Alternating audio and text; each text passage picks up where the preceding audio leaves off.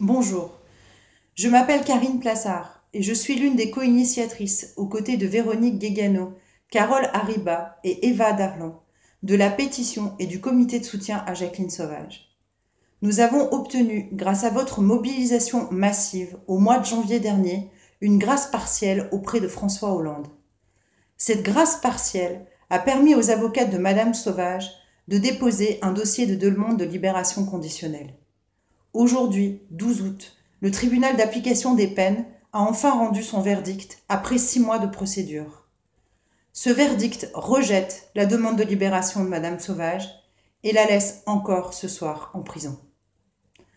Nous dénonçons l'acharnement de la justice à ne pas vouloir libérer Madame Sauvage.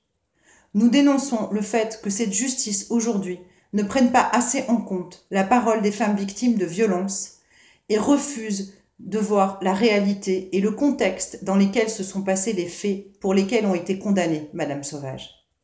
Nous avons été des milliers à nous mobiliser lors de cette pétition et à nous rassembler dans la rue pour dire que nous voulions cette grâce pour Madame Sauvage.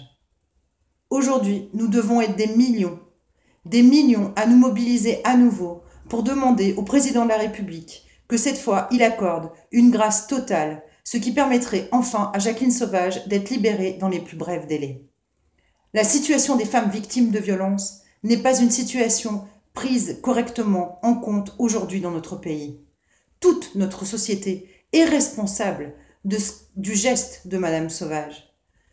Car si il existait réellement des moyens mis en œuvre pour la protection et la mise à l'abri des femmes victimes de violences, car si les femmes victimes de violences pouvaient réellement aller déposer plainte si facilement, car si les juridictions étaient spécialisées et écoutaient réellement la question de ces femmes, Jacqueline Sauvage n'aurait pas eu ce geste.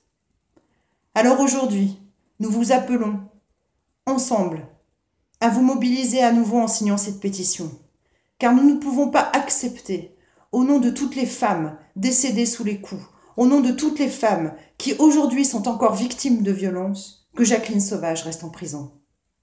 Merci de signer la pétition, mais aussi de la diffuser, de l'envoyer à vos proches, de la partager sur les réseaux sociaux de façon massive pour que François Hollande, cette fois, lui accorde une grâce totale.